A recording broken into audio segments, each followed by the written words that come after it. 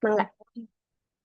Oke, terima kasih sudah bersabar untuk kuliah di sore ini.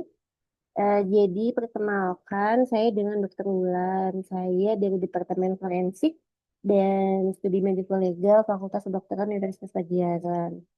Jadi sore ini adik-adik, ketika adik-adik sudah masuk ke dalam Academic Club DMS, selamat datang ya di Academic Club DMS, di mana di Academic Club ini tuh Mother of Medical Science ada di sini semua gitu ya, nggak cuma Mother, Father mungkin juga semuanya ada di dasar dari semua ilmu kedokteran, hampir semua ilmu kedokteran itu ada di sistem Academic Club DMS ya. Kalau kalian belajar structure-nya ada di sini. Kalian belajar apa parasitologi ada di sini juga itu kan yang berhubungan metabolik ada di sini juga. Tentu saja soft skillnya juga ada di sistem ini ya, jadi memang sistem ini termasuk sistem yang paling padat di antara yang lain. Nah, di sini adik-adik akan belajar eh, bahwa seorang dokter itu menjadi seorang dokter yang baik itu tidak hanya membutuhkan pengetahuan yang cukup ya, pengetahuan yang cukup atau skill clinical skill yang cukup, tapi juga ternyata karena bedanya kita dan tidak tergantikannya kita dengan yang lain adalah kita memiliki soft skill. Nah, mata kuliah ini adalah mata kuliah yang mengasah soft skill kalian, bagaimana kita sebagai dokter itu bisa menjadi seorang manusia yang seutuhnya ketika menghadapi sebuah masalah, terutama permasalahan etik ya. Permasalahan etik yang dimana itu biasanya tidak bisa dijawab dengan sederhana dan biasanya tidak memiliki satu jawaban saja gitu ya. Tapi dia dia tidak pernah single answer, pasti jawabannya banyak gitu ya, bisa banyak pilihan juga. Bisa jadi memang perlu keterampilan kita untuk bisa menyelesaikan dilema etik yang mungkin ada. Ya, jadi adik-adik ketika masuk ke dunia kedokteran, apalagi yang baru masuk sekali gitu ya, baru semester awal-awal, itu melihat bahwa ternyata aspek di medis itu tidak hanya aspek knowledge ya, tapi juga ternyata kita berhubungan dengan apa yang dimaksud dengan etik, apa yang dimaksud dengan etiko-legal gitu kan, apa yang dimaksud dengan medical etik. Kenapa kita diatur sebegitu luasnya dan dalamnya dengan peraturan-peraturan atau ketentuan-ketentuan dan kode-kode tertentu gitu ya. Ada juga kita kenal dengan medical legal dan yang terakhir adalah bioethics. Eh, nah, jadi sebetulnya kalau misalnya adik-adik bicara tentang etik nih, kita sebagai mahasiswa kedokteran itu sebetulnya sudah tidak boleh lagi salah eh, mengenal mengenal apa yang dimaksud dengan etik. Jadi kalau misalnya adik-adik eh, pelajari bahwa etik itu adalah sesuatu yang dia sangat unik dan dia hanya muncul di manusia gitu ya. Jadi dia ini sangat dipengaruhi oleh banyak hal yang hubungannya dengan manusia, misalnya sejarah, tradisi. Ini ada satu lagi yang mau masuk, ini yang terakhir aja saya masukin. Oke, Caroline, selamat datang ya. Kamu jadi mahasiswa yang terakhir yang saya bisa masukkan. Oke, jadi etik ini sangat dipengaruhi oleh berbagai macam faktor. Bagaimana si kelompok orang itu terbentuk, bagaimana tradisi yang ada di sana, pendidikan apa saja yang sekelompok orang itu tempuh, agama yang mereka anut, gitu kan, kepercayaan yang mereka percayai, gitu kan. Nah, di mana sebetulnya etik ini merupakan salah satu disiplin ilmu. Jadi dia tidak hanya pengetahuan yang apa sederhana gitu ya, tapi dia adalah sebetulnya suatu cabang ilmu sama seperti kalau kalian belajar biokimia itu cabang ilmu kedokteran gitu ya. Kalau misalnya kalian belajar anatomi yang tadi pagi kan kalian belajar lab ya dengan Prof. Leo ya. Nah, itu juga salah satu bidang ilmu cabang dari ilmu kedokteran. Nah, tapi bedanya eh, etik ini dia cabangnya bukan dari kedokteran, tapi dia cabangnya dari filsafat ya. Nah, jadi eh, apa yang dimaksud dengan etik itu? Jadi dia adalah ilmu yang mempelajari tentang karakteristik manusia. Kira-kira demikian mudahnya ya. Karakteristik manusia, culture-nya, bagaimana budayanya, dan sebetulnya etik itu selalu punya pertanyaan. Pertanyaannya adalah bagaimana seseorang itu bisa menjadi lebih baik dan menjadi lebih sempurna lagi. Nah, itu adalah landasan dari etik sebenarnya. Semua semua etik alirannya akan demikian. Nah, lalu eh, kalau misalnya kita lihat, kalau kita belajar sesuatu, baiknya kita belajar dari eh, apa sih awal katanya. Nah, etik ini berasal dari bahasa Yunani yang artinya tak etika atau yang biasa kita sebut gitu ya dengan suatu kebudayaan atau kebiasaan atau adat atau karakter. Nah, namun dalam perjalanannya dan dalam sejarahnya sebetulnya etik ini kadang-kadang dia ber apa bertumpang tindih dengan mos atau moris. Itu dari satu bangsa yang sama gitu ya. Nah, mereka kadang eh, menyamakan antara etik dengan moris gitu ya. Dengan tak etika itu dengan moris, padahal dari sejarah perkembangan keilmuannya itu adalah hal yang berbeda. Nah, akhirnya dengan perjalanannya ada bangsa Anglo-Saxon itu, mereka membagi itu karena itu adalah etik itu adalah cabang ilmu. Jadi mereka membagi eh, secara sederhana bagaimana sih bedanya sebenarnya antara Mos Morris dengan etik itu. Perbedaannya adalah tadi kalau etik itu asalnya perkembangannya dari akal budi. Nah, kenapa akal budi? Kenapa tidak akal yang lain? Karena manusia itu punya banyak akal. Ada akal busuk, salah satunya akal bulus gitu ya. Nah, itu akal juga. Tapi kalau yang ada di etik itu adalah akal budi. Nah, makanya eh, orang yang memiliki aliran etika yang sesuai dengan zamannya adalah orang-orang yang memiliki kemampuan untuk menggunakan akal budi. Budi itu artinya berarti akal yang paling baik gitu ya. Akal yang dibilang paling paling oke lah gitu ya, paling diterima. Nah, tidak akal yang lain, tidak akal tadi saya bilang akal bulus, akal eh, apa menyiasati, akal-akalan dan seterusnya ya. Nah, bedanya dengan moral, jadi kalau nilai etik itu tadi berasal dari akal budi, kalau nilai moral itu dia asalnya dari wahyu. Jadi artinya punya sesuatu sifat yang universal. Contohnya gini, kalau wahyu itu kan diturunkan oleh oleh pencipta kita kan. Jadi yang menciptakan kita, yang tahu kita bagaimana hal yang baik secara fitrah atau secara suci ketika kita lahir, itu akan punya nilai yang sama. Contohnya gini, eh, orang Indonesia akan setuju kalau membunuh itu adalah hal yang tidak baik. Membunuh orang tanpa alasan adalah hal yang tidak baik. Orang Indonesia akan berpikir demikian. Nah, orang di Amerika sana berpikir hal yang sama juga. Berpikir hal yang sama juga gitu. Padahal mereka tidak pernah ngobrol, tidak pernah ketemu satu sama lain, dan tidak pernah menyamakan persepsi bahwa membunuh orang yang tidak dengan tidak ada alasan yang kuat itu adalah hal yang tidak baik gitu. Nah, itu yang masuk ke dalam moris atau moral. Jadi artinya akan ada nilai yang sifatnya dia universal gitu ya, universal yang tidak pernah ketemu satu sama lain tapi punya sifat yang cenderung sama. Beda dengan nanti etik. Etik itu dia karena jadi akal budi, jadi akal budinya nih harus sama biasanya antara akal budi yang satu kelompok dengan anggota kelompok yang lain. Nah, pada perjalanannya, menurut Aristoteles, bahwa suatu disiplin ilmu itu dia sifatnya harus praksis. Harus praksis artinya dia applicable gitu. Dia bisa bisa apply di lapangan yang sesuai dengan tempat ilmu itu dipakai. Dan dia harus produktif serta dia juga harus sifatnya tetap teoritis itu, teorinya harus tetap teruji dan dia harus harus bisa diterima gitu ya. Sehingga eh dikatakanlah bahwa didefinisikan itu ya supaya universal bahwa etika itu adalah ilmu pengetahuan mengenai tingkah laku manusiawi yang ingin menjawab pertanyaan fundamental. Pertanyaannya adalah bagaimana saya harus hidup dan bertindak. Ya, nah, jadi etika ini adalah cabang dari ilmu filsafat yang ingin memberikan pertanggungjawaban rasional atas suatu perbuatan.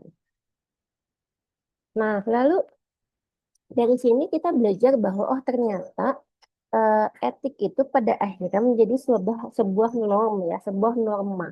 Nah, selain norma etik, yang adik-adik harus ketahui juga ada beberapa norma yang lain, yaitu yang pertama norma moral yang tadi sudah saya jelaskan. Norma moral itu nilai-nilainya adalah nilai universal dari semua manusia yang tentu saja normal dan baik gitu ya. Di seluruh dunia itu akan mirip karena apa? Karena nilai moral itu dia datangnya dari Tuhannya, gitu ya. Nah, yang kedua adalah norma sopan santun. Nah, kadang-kadang kalau misalnya adik-adik lihat di masyarakat awam itu, pengertian etik atau etika dan etiket itu suka salah. Gitu. Nah, padahal itu maknanya jauh berbeda. Sopan santun itu bahasa Inggrisnya adalah etiket. Sorry, bahasa Perancisnya adalah etiket. Kalau adik-adik ingat, dulu waktu belajar farmakologi, adik-adik kan memberikan resep ya, yang di situ ada cara pemberian gitu kan, lewat apa per oral kah, berapa kali sehari gitu kan. Nah, itu ditulis dalam suatu kertas obat yang tulisannya biasanya tulisan bawahnya semoga lekas sembuh. Nah, itu adalah etiket. Jadi artinya kalau ketika adik-adik menemukan fenomena bahwa oh dia mah anak kedokteran tapi tidak tidak punya etika ya gitu. Oh, kenapa gitu? Iya jalan depan orang tua nggak bilang punten. Nah itu bukan etika sebetulnya, itu adalah etiket. Artinya sopan santun. Itu norma yang jauh berbeda sebetulnya dengan norma etika ya. Nah, lalu selanjutnya ada norma hukum. Nah, norma hukum ini sifatnya dia lebih mengikat gitu ya, tapi lebih lebih lokal. Jadi kalau kata orang Padang apa di mana bumi dipijak, di situ langit dijunjung. Nah, itu norma hukum. Norma hukum itu biasanya sifatnya dia akan mengikat di teritorial tertentu gitu ya. Nah, lalu dari sini kita belajar setelah tadi mengenal norma-norma yang lain selain norma etika, kita belajar bahwa etika itu dalam perjalanannya ternyata punya aliran ya. Karena kan pertanyaan fundamental dari etika itu sendiri adalah tadi menjawab pertanyaan manusia, sebenarnya saya harus bagaimana sih, apa yang harus saya lakukan supaya saya bisa menjadi orang yang menggunakan akal budi saya gitu ya. Nah, sehingga disebut sebagai orang yang etis. Nah, aliran ini sebetulnya berkembang dari sejak manusia mulai bersosialisasi dan mulai dikenal secara sejarah. Aliran etika yang terkenal paling tua itu adalah aliran Eudemonisme.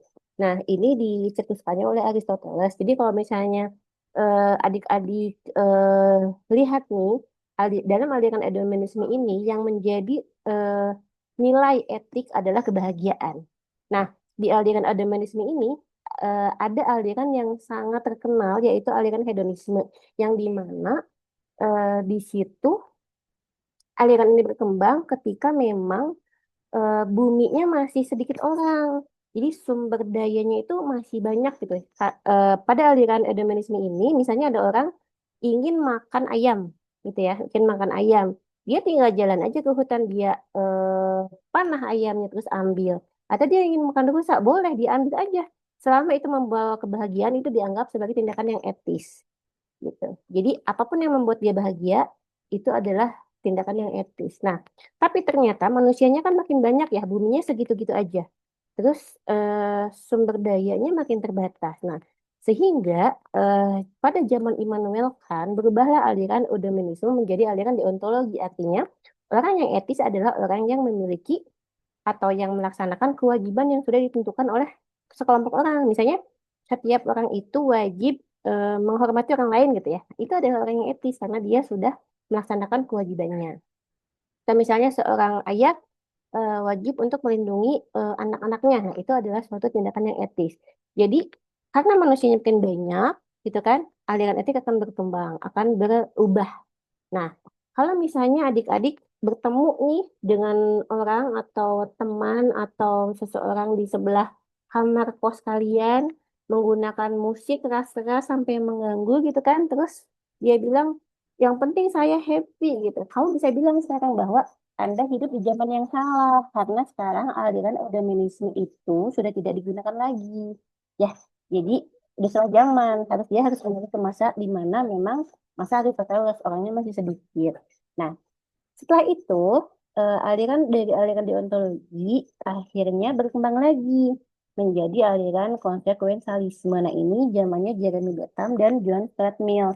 Nah, di sini ada satu aliran etik yang sangat terkenal juga, namanya aliran utilitarianisme, yang di mana slogan mereka adalah the greatest happiness of the greatest number.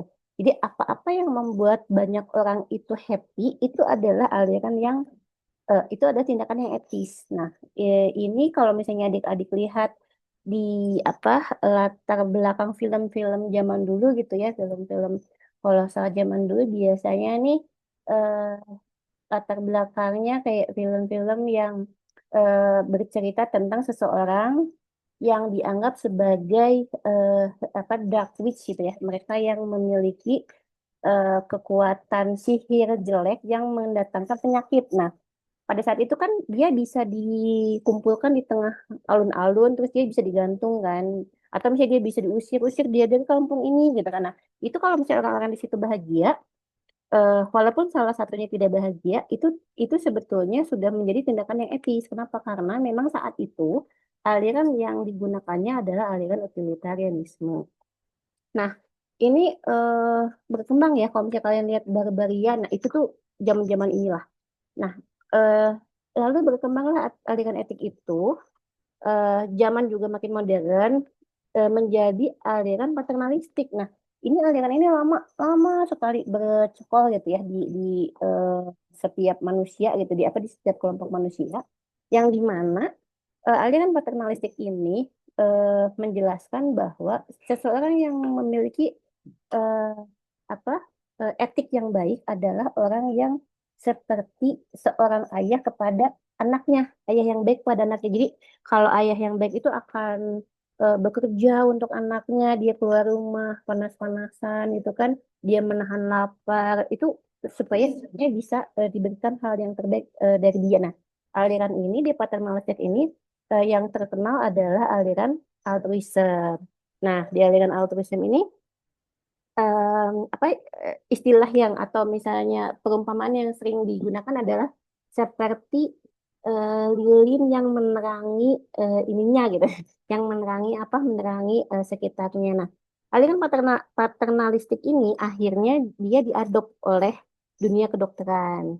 Nah, ini lama juga bercokol di seluruh dunia gitu ya, sehingga eh, profesi dokter sebagai profesi tertua itu memang sangat terkenal dengan aliran paternalistik ini. Jadi kalau orang-orang tua kita dulu ya, kakek kita, buyut kita gitu, mereka mengenal bahwa dokter itu adalah orang yang mau mengorbankan dirinya untuk orang lain. Dokter tuh kalau diketok pintu rumahnya itu mau membuka pintunya. Dokter tuh kalau lihat orang kecelakaan mau nolong gitu ya. Itulah kata memang saat itu yang lekat aliran etik dengan kedokteran adalah paternalistik, terutama altruism. Nah, akhirnya em, zaman terus berubah ya, informasi terus mudah dijangkau, orang-orang juga udah mulai mulai teredukasi dengan baik gitu kan. Lalu juga orang menginginkan hak yang sama gitu kan. Eh, Egaliter juga mulai mulai mulai dikenal gitu ya. Nah, sehingga akhirnya eh, muncullah aliran etika otonomi yang dikemukakan oleh Tom L. Beckham dan James F. Childress. Ini adalah sebetulnya bapak bioetik. Nah, jadi ternyata untuk menjadi seseorang yang eh, memiliki memiliki etika yang diterima saat ini, terutama etika profesi, kita harus memiliki empat prinsip gitu ya. Nah, pada aliran otonomi ini yang pertamanya adalah respect for autonomy. Jadi artinya setiap orang kita hargai, kita hormati sebagai orang yang memiliki tubuhnya. Nah, yang kedua adalah non malefisien. Kenapa tidak beneficient dulu? Karena pada profesi kedokteran, apapun yang dokter lakukan pasti memiliki manfaat. Hanya dilihat mana yang paling sedikit mudaratnya, mana yang paling sedikit menyakiti pasiennya. Jadi do no harm dulu baru beneficent. Nah, yang terakhir adalah yang dikenal sebagai prinsip justice. Nah, eh, kenapa kedokteran disebut sebagai profesi? Apa sih bedanya profesi sama pekerjaan? Gampang membedakannya adalah kalau profesi itu pasti punya kode etik profesi, punya perkumpulan profesi. Jadi kalau misalnya sekarang ditanya, Bapak pekerjaannya apa? Nah, pekerjaan itu bisa jadi bukan profesi ketika dia tidak punya kode etik profesi. Ya, nah, kode etik profesi yang ada di kita adalah Sumpah Dokter. Nah, namun ketika kita sudah belajar pedika etik yang tertera dalam Sumpah Dokter, etika kedokteran yang ada tertera dalam Sumpah Dokter, ternyata karena manusianya terus berubah dan berkembang, dan pengetahuan kedokteran itu terbatas. Kenapa terbatas? Karena sampai sekarang ternyata penemuan tetap ini ya, tetap tetap berkembang. Kalau misalnya kamu ingat-ingat siklus Krebs yang ada di biokimia gitu kan, ya pelajaran biokimia, ternyata penemuan bahkan penemuan siklus Krebs, penemu siklus Krebs itu sendiri harus menunggu sampai 75 tahun untuk bisa diterima gitu ya teorinya. Jadi artinya eh, teori berkembang gitu kan, bisa jadi ada sesuatu yang ditemukan tapi belum bisa diterima, itu pun menunjukkan bahwa pengetahuan kedokteran kita itu terbatas gitu ya. Banyak sekali kisah-kisah, kalau adik-adik lihat lagi rame kan sekarang tuh, berapa banyak researcher yang ditolak oleh Nature gitu kan, yang ternyata dia malah dapat Nobel gitu kan ya. Nah, artinya apa dengan penelitian yang sama gitu, artinya memang ya penelitian kita apa pengetahuan kita terbatas. Nah, sehingga apa? Sehingga etika kedokteran yang tadi kita sampaikan di Sumpah Dokter itu sebagai medical ethics itu adalah sesuatu yang tidak cukup. Gitu kan? Kenapa? Karena etika kedokteran itu hanya membahas tentang hak dokter dan hak pasien serta kewajiban dokter dan kewajiban pasien, yang dimana itu timbal balik gitu. Yang disebut dengan yang jadi hak dokter itu adalah sebagai kewajiban pasien, dan yang menjadi kewajiban pasien adalah itu haknya dokter ya. Nah, ternyata hubungan dokter dan pasien itu tidak sesederhana itu. Jadi eh, pada tahun 1970 muncullah eh, suatu suatu wacana ya, wacana yang dimana dikatakan bahwa kita tuh sebetulnya tidak cukup hanya dengan medical ethic gitu. Yang kita butuhkan adalah sesuatu yang lebih universal. Kenapa? Karena kita melihat perkembangan zaman ini ternyata bisa membuat manusia itu bergeser. Manusia digeser tempatnya sehingga manusia tidak menjadi pusat lagi. Tidak menjadi pusat lagi, dan termasuk pun dalam tindakan terapeutik. Nah, tindakan terapeutik ini jika tidak melibatkan manusia dengan pertimbangan manusianya, itu akan membuat kekhawatiran di lingkungan kedokteran. Misalnya, bagaimana kita bisa menyerahkan diagnosis misalnya, terlebih jauh lagi terapi kepada mesin misalnya, itu hal yang mudahnya, sehingga dari dulu para bioetisien mereka membuat sebuah rangka ya, supaya manusianya tidak digeser, manusianya harus tetap di apa namanya di center gitu. Kalau misalnya lihat hari ini, kalau misalnya kalian sekarang mau cari learning issue pakai AI, kamu bikin presentasi pakai AI, apa-apa pakai AI, boleh, tapi apa kamu tetap jadi pusatnya sebagai manusia gitu kan. Jadi yang lain adalah teknologi adalah sebagai eh, pembantu kita gitu ya, membantu kita. Nah, bagaimana sebetulnya munculnya bioetik ini? Bioetik itu munculnya atau lahirnya sebetulnya dari medical ethic. Hanya dibuat jadi lebih holistik. Nah, sehingga apa? Sehingga di sini dimunculkanlah oleh Pak Potter ya, bahwa saya mengambil posisi ilmu pengetahuan mengenai kelangsungan hidup itu harus dibangun atas dasar ilmu biologi dan diperluas melampaui batas-batas tradisional yang harus mencakup unsur-unsur ilmu sosial dan kemanusiaan yang paling esensial, dengan penekanan khusus kepada filsafat. Kenapa filsafat? Karena yang bisa bikin filsafat itu, yang bisa berpikir mendalam itu cuma manusia, yang lain nggak bisa. Ya, dalam arti yang sempit, yaitu cinta akan kebijaksanaan. Ini ditulis dalam ditulis oleh Van Rensselaer Potter itu dalam jurnal ya, jurnal Perspective in Biology and Medicine tahun 1970. Ini adalah konsep pertama pencetus dari apa yang dimaksud dengan bioetik sehingga bioetik itu menjadi cabang ilmu lagi. Ya, nah jadi bioetik itu ialah jembatan ilmu kemanusiaan dengan filsafat. Lahirnya didorong oleh adanya perkembangan ilmu pengetahuan dan teknologi yang mungkin tadi bisa menyingkirkan manusia sebagai pusat perkembangan. Lalu juga tempat berkumpul berbagai ilmu pengetahuan untuk membicarakan manusia supaya apa? Supaya manusia bisa bertahan sampai masa yang akan datang. Nah, dari kelahirannya ini bersifat multidisiplin dan transdisiplin dan yang menjadi objeknya adalah manusia serta alam semesta. Nah, tapi kalau dilihat lagi, memang dia bagian dari ilmu filsafat. Hanya filsafatnya bukan filsafat murni, tetapi filsafat terapan, yaitu ilmu etika. Tapi bukan sembarang etika juga. Bioetik ini cabang etika yang berbicara tentang hidup manusia dengan dunia alam semesta. Jadi, maka bioetik itu adalah sebuah etika terapan. Ya, etika terapan, dari situ kita melihat bahwa dia pendasarannya sebagai cabang dari ilmu filsafat. Nah, bagaimana kita menerapkan sebetulnya kemampuan soft skill kita sebagai manusia yang tadi yang bisa berpikir secara mendalam ya, karena kan filsafat itu dia berpikir secara mendalam untuk menyelesaikan masalah-masalah manusia yang manusia itu tidak hanya memiliki satu dimensi yaitu dimensi fisik.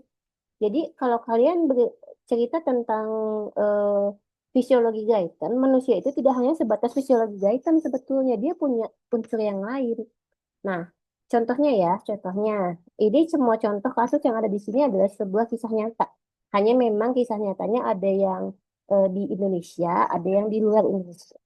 Nah, ini terjadi pada Nyonya D, 28 tahun, sedang hamil 27 minggu, anak pertama datang ke IGD karena mengalami kecelakaan kendaraan roda dua. Jadi bayangkan 28 tahun, lagi hamil besar 27 minggu, anak pertama datang bersama suaminya. Nah, pasien ini ternyata mengalami open fracture tibia yang menyebabkan harus segera dioperasi.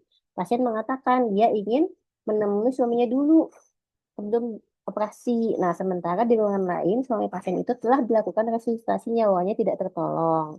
Apa yang harus dikatakan gitu kan? Sementara eh, Anda gitu kan sebagai dokter itu harus membuat bagaimana kondisi pasien stabil mungkin gitu kan ya. Tapi satu sisi suaminya ternyata sudah meninggal gitu kan di ruangan yang lain setelah gagal resusitasi. Nah, sebagai dokter, apa yang akan Anda katakan supaya eh, Anda bisa menyelamatkan semuanya ya? Nah, kasus yang kedua adalah kasus Nyaka usia 35 tahun. Ini satu orang anak. Ini terjadi di artis yang sangat terkenal.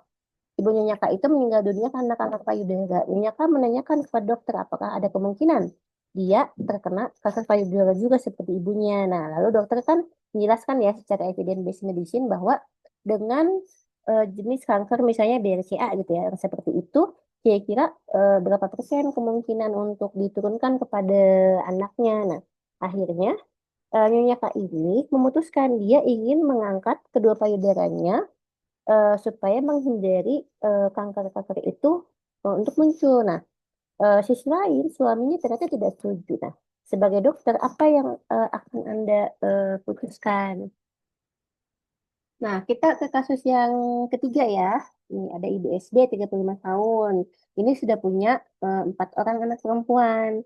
Paling kecilnya itu berusia 3 tahun. Nah, Ibu SB ini ternyata dia memiliki anemia yang ringan dan katanya dia suka lelah. Nah, dia tinggalnya di desa, hidup bercocok tanam, sederhana, lalu pendapatannya dengan cara mengumpulkan kayu bakar, terus dibawa gitu kan ke pasar lokal untuk dijual. Lalu datanglah ke klinik Anda, terus mengatakan bahwa Nyonya Kak ini ingin melakukan sterilisasi. Tapi ternyata di sisi lain suaminya itu ingin memiliki anak laki-laki. Nah, di mana ternyata suaminya ini kadang-kadang dia suka melakukan tindak kekerasan gitu ya untuk mendapatkan apa yang diinginkan.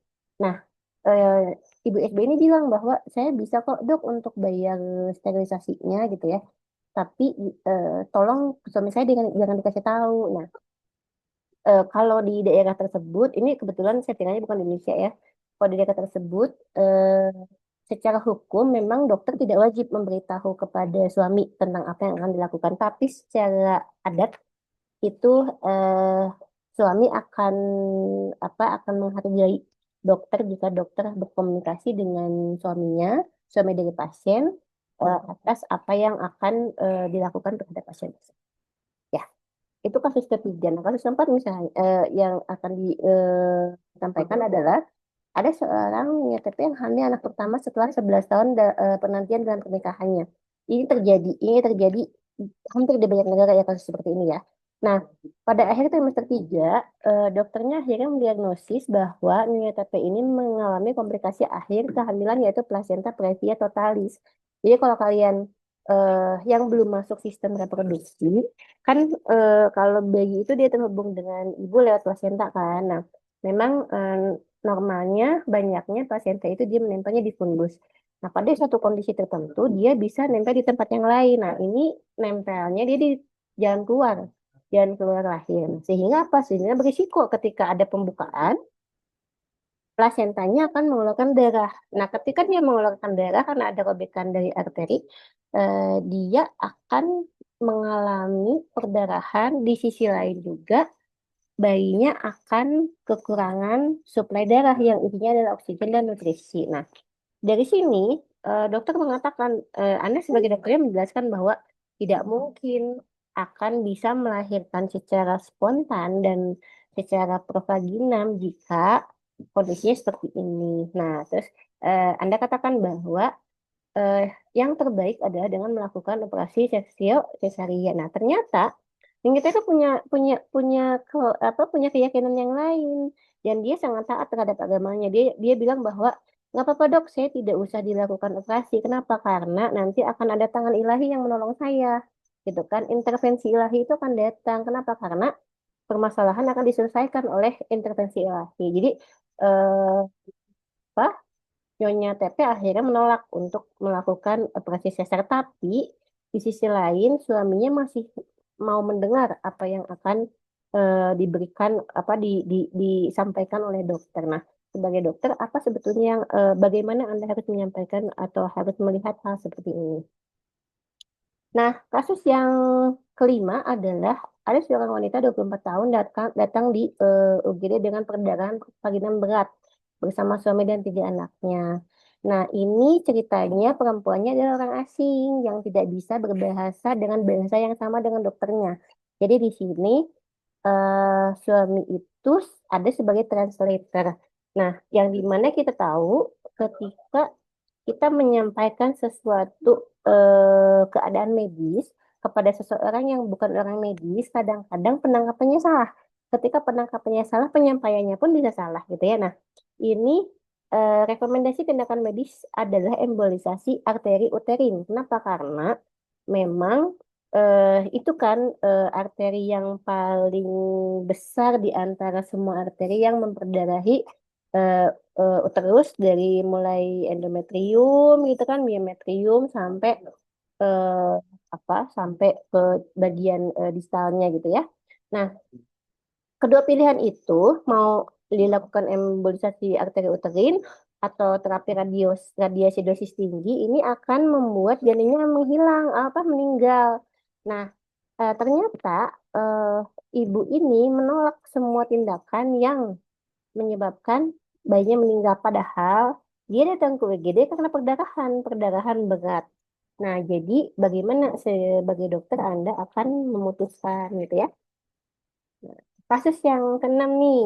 Nah, jadi ceritanya Anda ya sebagai dokter DL itu satu-satunya dokter yang ada di desa itu, desa tersebut di mana Anda punya teman namanya adalah Bapak MA. Nah, Bapak MA ini mau menikahkan anaknya yang usia 17 tahun dengan JT.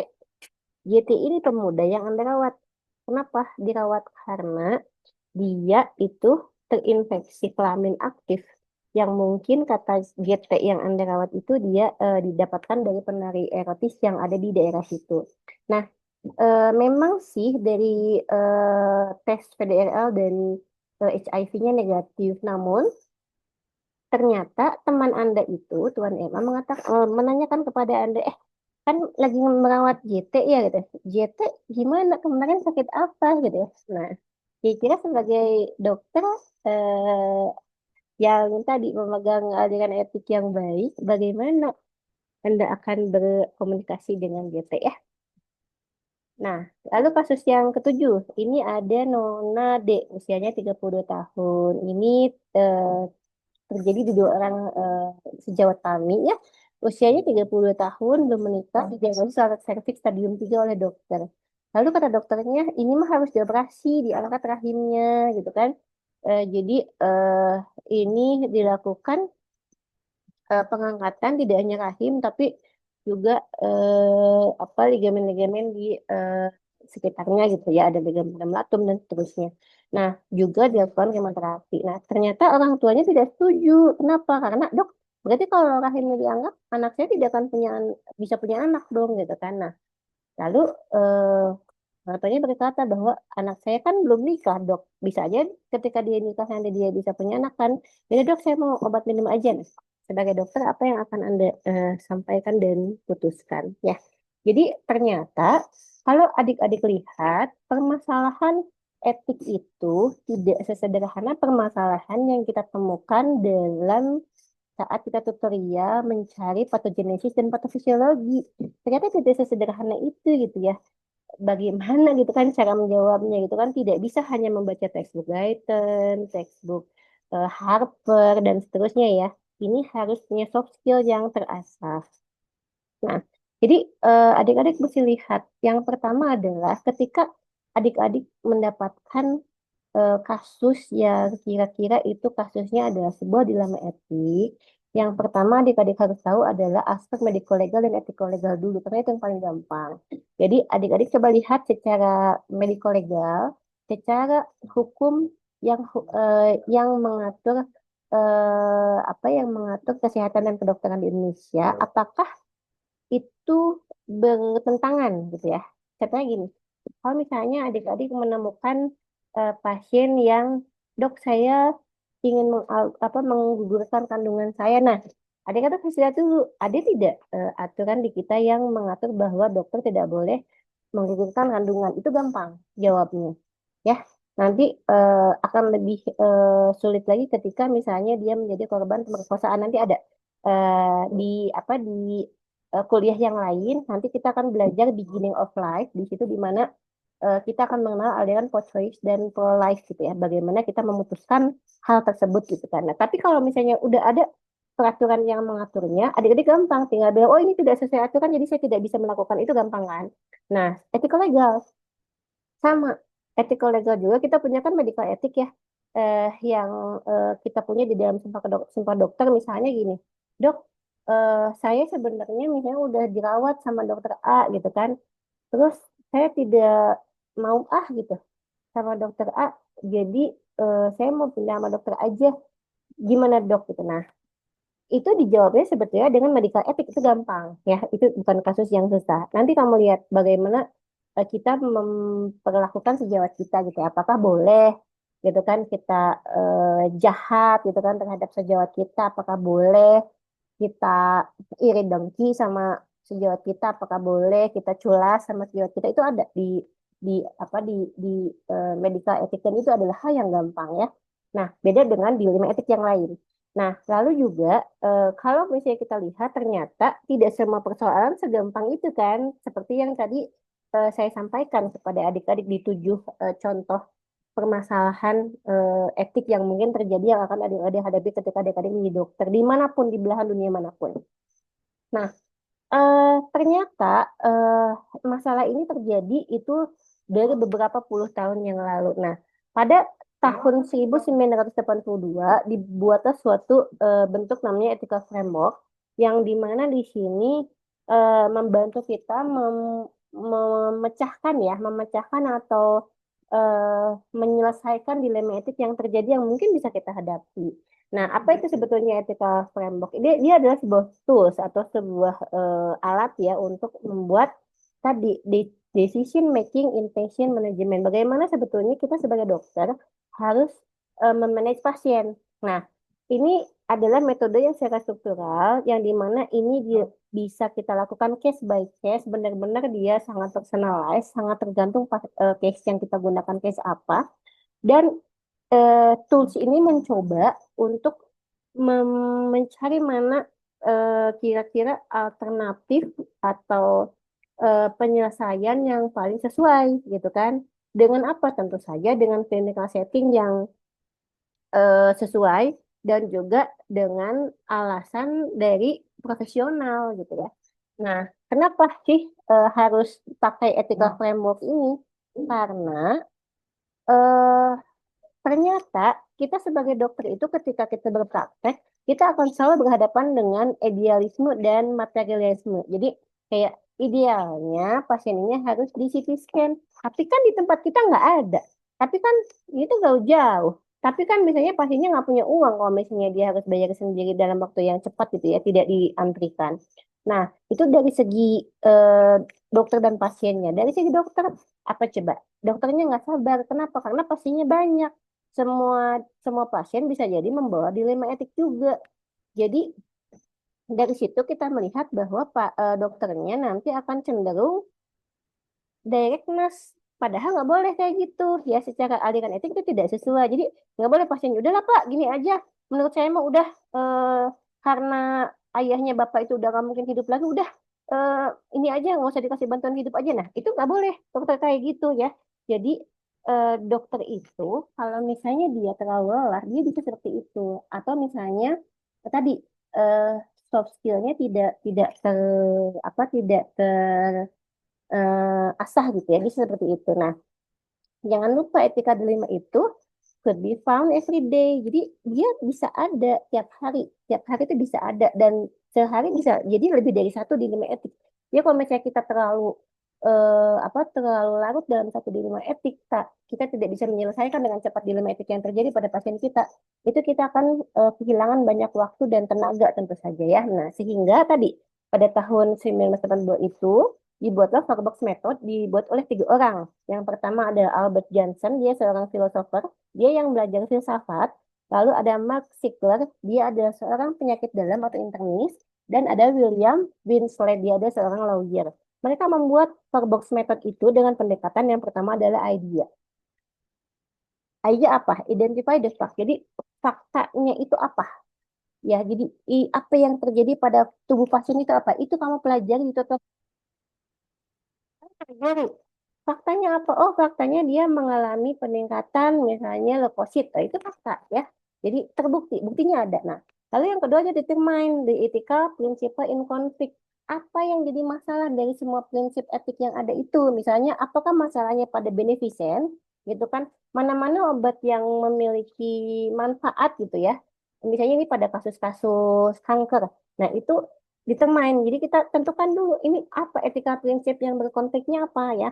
Nah, lalu yang ketiga adalah explore the option. Ingat, kalau option itu tidak pernah ada once answer to one's question. Jadi nggak pernah ada satu jawaban untuk satu pertanyaan pada dilema etik.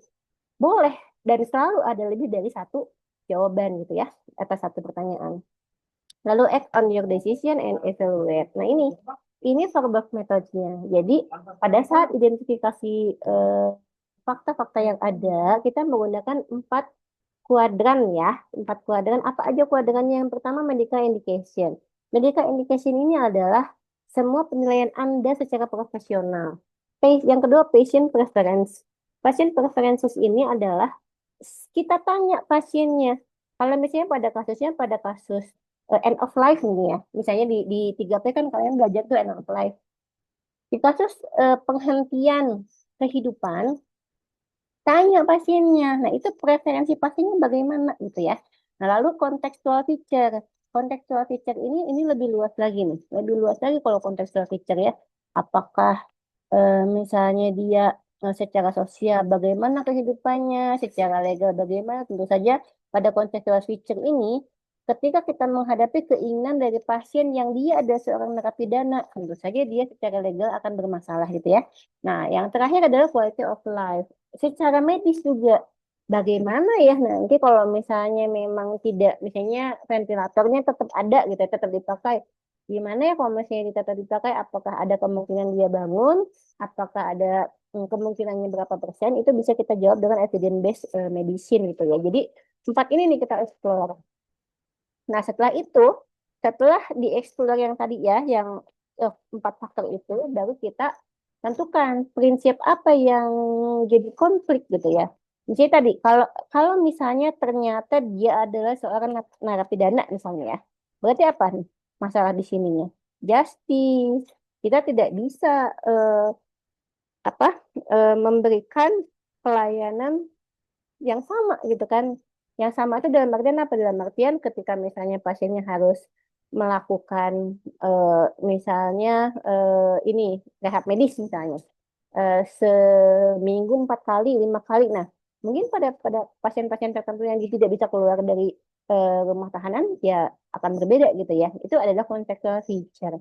Nah, untuk quality of life, misalnya kita lihat usianya berapa nih, terus lalu dia punya penyakit apa gitu kan. Nah, ketika datang dengan kondisi yang sekarang, kira-kira nanti ke depannya dia bagaimana nih gitu kan. Nah, kalau patient preferences mah benar-benar ditanya. Ini benar-benar respect for autonomy pasiennya inginnya apa? Ya pasiennya masih ingin kalau tadi end of life masih pengen hidup nggak gitu kan ya seperti itu. Nah walaupun tetap saja di Indonesia memang kita kan ini mah memang dari luar ya. Cuma kalau di Indonesia nanti kalau kalian belajar beginning of life bahwa kita masih tetap memegang prinsip pro life ya. Jadi kita tetap menghargai kehidupan sejak pembuahan. Jadi sejak sperma membuahi telur itu kita hormati dia sebagai makhluk hidup. Itu di Indonesia ya yang masih dipakai sampai sekarang. Nah, lalu medical indication. Medical indication tentu saja tadi beneficientnya apa, non efisiennya apa. Nah, explore the option tadi no single answer for one question always ya selalu selalu tidak pernah ada satu jawaban untuk semua pertanyaan dilema etik. Ya, lalu berikan alternatifnya apa, lalu juga semua alternatif yang Anda berikan itu harus beyond the standard of care. Jadi nggak boleh mau bilang, oh iya, ini aja eh, kita kasih ke rohaniawan aja lah, biar ini gitu, biar biar dikasih air doa. Belum tentu. Itu apakah itu standard of care? Tidak kan? Nah, jadi artinya boleh itu menjadi sebuah sebuah komplement gitu kan, tapi tidak menjadi treatment utama. Seperti itu ya. Nah, lalu selanjutnya act on your decision and evaluate. Jadi di sini siapa saja sebetulnya yang membantu kita ya dalam menyelesaikan dilema etik. Yang pertama tentu saja family meeting. Kita sangat membutuhkan keluarga. Keluarga itu bukan orang-orang yang berisik yang membuat kita menjadi apa namanya repot gitu ya. Bukan, tapi mereka bisa membantu kita. Kalau misalnya kita bisa membuat mereka menjadi sumber dari tadi penyelesaian dilema etik yang terjadi pada pasien kita. Lalu yang kedua adalah bioetician. Jadi adik-adik kan ya kalau kalau kalau sudah praktik di rumah sakit ataupun di klinik, eh, biasanya rumah sakit itu punya punya komite ya, komite apapun, komite etik, komite medik. Nah, semua mereka punya biasanya kalau dia sudah concern dalam penyelesaian dilema etik dengan baik, itu akan ada seorang atau beberapa orang bioetician. Nah, kalau misalnya tidak ada, Indonesia punya banyak bioetician ya. Nanti tinggal di-share aja. Kalau di kami ada Prof. Yoni ya. Di sini itu beliau seorang bioetician juga. Nah, lalu eh, selain itu juga kamu bisa datang ke komite etik. Komite etik di sana juga biasanya memberikan pandangan nih pasien saya harus diapain sih, saya butuh bantuan gitu. Nah, kamu boleh seperti itu. Ini dokter, kita sebetulnya tidak bisa bekerja sendiri itu tidak mungkin. Jadi kita harus work together ya, sama siapa? Sama nurse, sama family member bahkan itu ya. Dan tujuannya apa? Tujuannya adalah menolong orang yang sakit gitu. Bukan cuma memberikan terapi, bukan cuma ngasih ini obatnya gitu. Bukan, tapi kita menolong. Kalau kata orang etis mah, kata orang etik ya, menolong itu bukan cuma menolong fisik, tapi kita menolong juga psikisnya gitu ya. Jadi ingat bahwa bukan cuma mau ngasih treatment aja, tapi kita mau menolong orang yang sedang sakit. Karena orang yang sakit itu biasa tidak hanya sakit apa fisiknya, bisa jadi jiwanya pun memang sakit ya. Nah, jadi di sini tadi kita membutuhkan collaborative relationship. Nah, ada sebetulnya tools yang lain namanya help.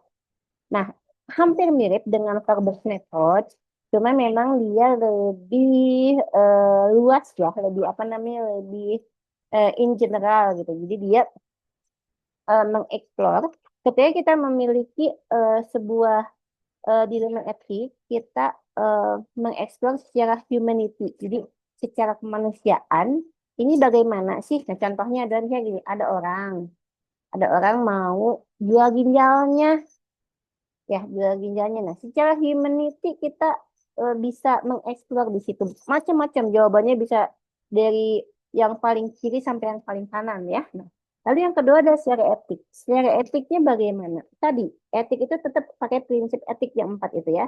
Law, secara hukumnya boleh nggak? Kalau secara hukum tidak boleh, pasti yang lainnya gugur. Yang terakhir ada profesional. Profesional berarti secara kompetensi kita sebagai dokter yang tidak hanya memiliki pengetahuan, yang tidak hanya memiliki apa skill, medical skill ya gitu. Tapi juga kita memiliki tadi soft skill secara profesional bagaimana kita melihat hal tersebut gitu ya. Nah, jadi walaupun medicine adalah sesuatu yang most technical and scientific, dia tetap saja yang dihadapinya adalah human being ya. Jadi tidak hanya manusianya tapi produk dari manusianya ya. Jadi di sini dokter itu tidak hanya tadi bekerjanya tidak hanya untuk mendiagnosis gitu, tapi juga tidak hanya memberikan advice. Jadi Pak, ini tidak hanya begitu. Tidak hanya menyiapkan treatment apa, tapi dia adalah suatu pekerjaan yang sangat terikat dengan moral konteks. Jadi, apa yang dilakukan dokter pasti harus ada moral konteks. Ya, oke. Nah, kalau kita lihat values and ethics in medicine itu ternyata dari sejak zaman dulu itu dibicarakan. Di Cina itu dibicarakan bahkan dari 2838 sebelum Masehi ya, di 4th century Babilonia. Di Code of Hammurabi itu di 1780 sebelum Masehi, Sanskrit dokumen di India 1500 sebelum Masehi, di Yunani ya pada Hippocratic Oath itu pada 430 Masehi. Nah, ternyata eh, value and ethics itu sangat sangat erat dan sangat sangat penting dan selalu harus dibahas. Ya, selalu harus dibahas dalam dunia kedokteran. Kenapa? Karena tadi itu yang menjaga nilai-nilai dokter. Nah, selanjutnya bagaimana kita melihat aspek etik yang masuk ke dalam kurikulum. Kurikulum itu artinya pendidikan dokter.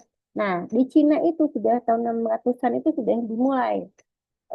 Lalu di Roma juga sudah ya dari tahun 700, juga di Arab di tahun 900-an. Nah, sehingga pada tahun 2007 itu secara resmi di seluruh dunia itu etik itu harus masuk ke dalam kurikulum ya, sehingga kalau di Indonesia nih, kalau di undang-undang yang sebelumnya undang-undang praktek kedokteran di mana di sini medical school itu harus memiliki 5 transdisiplinary ya. Yang pertama adalah basic medical sciences, yang kedua clinical sciences, yang ketiga bioethics and health humanities, yang keempat community medicine and public health, yang kelima adalah medical education.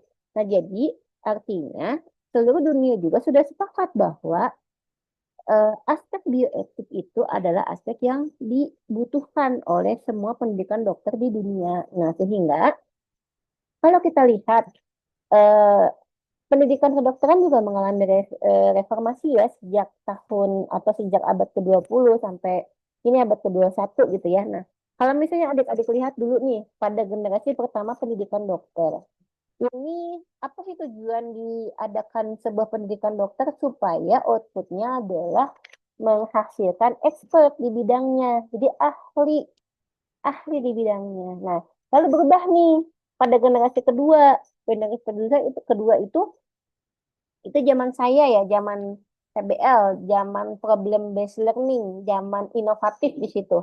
Nah, itu dikatakan bahwa outputnya adalah seorang profesional.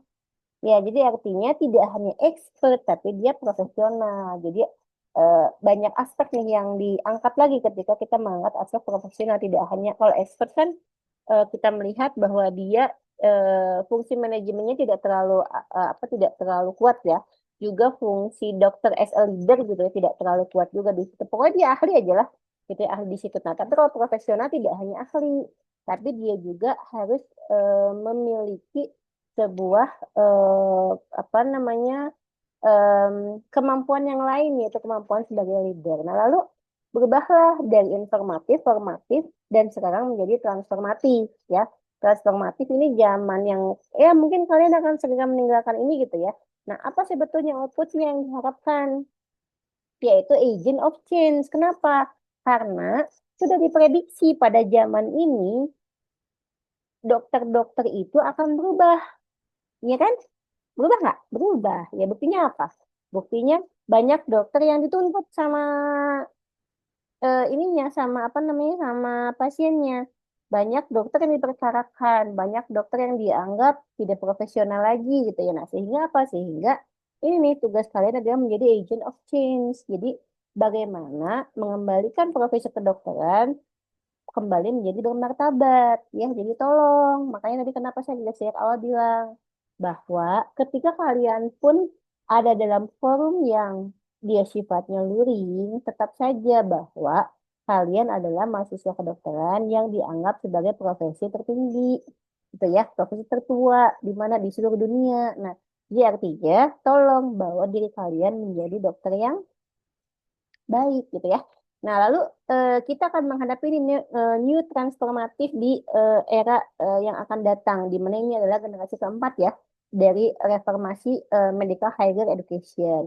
Nah, nanti kalian akan berhadapan bahwa di ke depan itu kita akan kehilangan role model sehingga apa outputnya adalah bagaimana mahasiswa kedokteran itu ketika jadi dokter dia jadi role model ya jadi contoh buat masyarakat. Ya kalau misalnya dokternya bilang kamu harus makan yang sehat. Nah, dokternya nyontohin. Kamu misalnya harus olahraga. Dokternya nyontohin. Nah, itu adalah role model.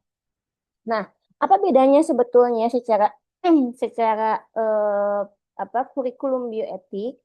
Kalau zaman dulu yang kita eh, apa sampaikan yang disampaikan dalam belajar bioetik adalah values of ethics, nilai-nilainya apa aja. Nah, pada prinsip bioetik itu sendiri. Nah, sekarang kita lihat ternyata empat prinsip bioetik yang tadi sudah saya sampaikan itu tidak cukup hari ini, sehingga dibuatlah suatu bentuk new sense of bioetik. Nah, sejak kapan?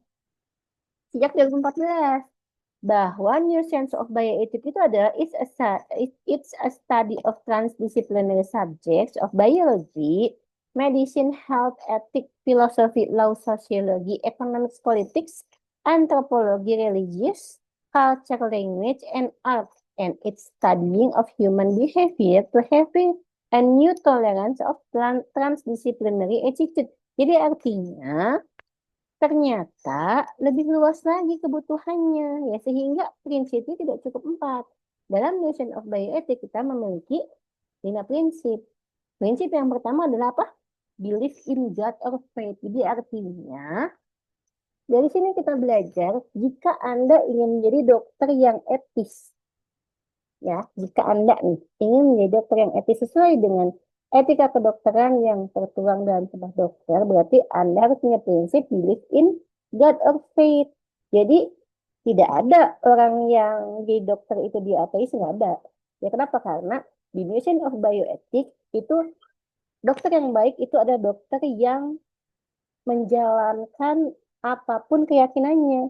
Jadi mulai sekarang nih, kalau misalnya kamu jadi dokter, kamu harus siap menjadi seorang yang sesuai dengan agama kalian. Contohnya, kalau yang muslim, jadilah muslim yang baik. Lakukan semua nilai yang ada di muslim. Kenapa? Karena itu moral. Konteksnya di situ. Kalau kalian seorang Nasrani, jadilah Nasrani yang baik. Ya kan? Kalau kalian seorang Hindu, jadilah Hindu yang baik. Kalian orang Buddha, jadilah Buddha yang baik. Jadi artinya, pegang itu sebagai prinsip profesional sebagai seorang dokter. Kenapa? Karena di Science of Bioethics, prinsip yang pertama adalah belief in God or faith. Yang kedua adalah respect for others. Ya, sama ini dengan yang sebelumnya. Yang ketiga adalah beneficent. Yang keempat adalah non efficient. Kelima, social justice for all. Dan itu merupakan semua prinsip dari Science of Bioethics. Kira-kira demikian ya, adik-adik.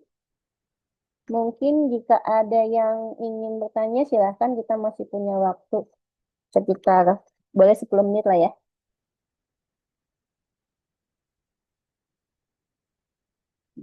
Sambil menunggu, silahkan dinyalakan kameranya, saya mulai mengabsen ya.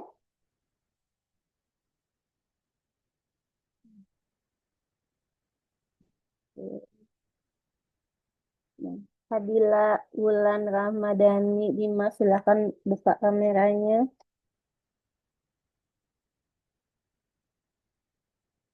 Oke. Nah, gimana? Ada yang mau ditanyakan?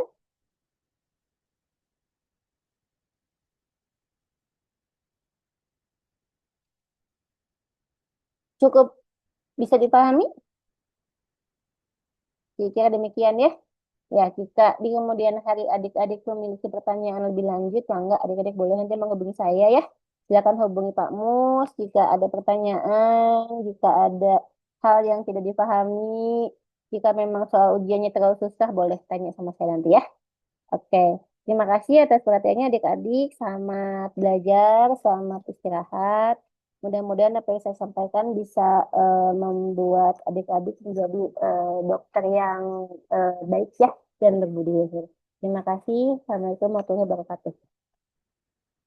Terima kasih, Terima kasih dokter. dokter. Waalaikumsalam warahmatullahi wabarakatuh. Warahmatullahi wabarakatuh.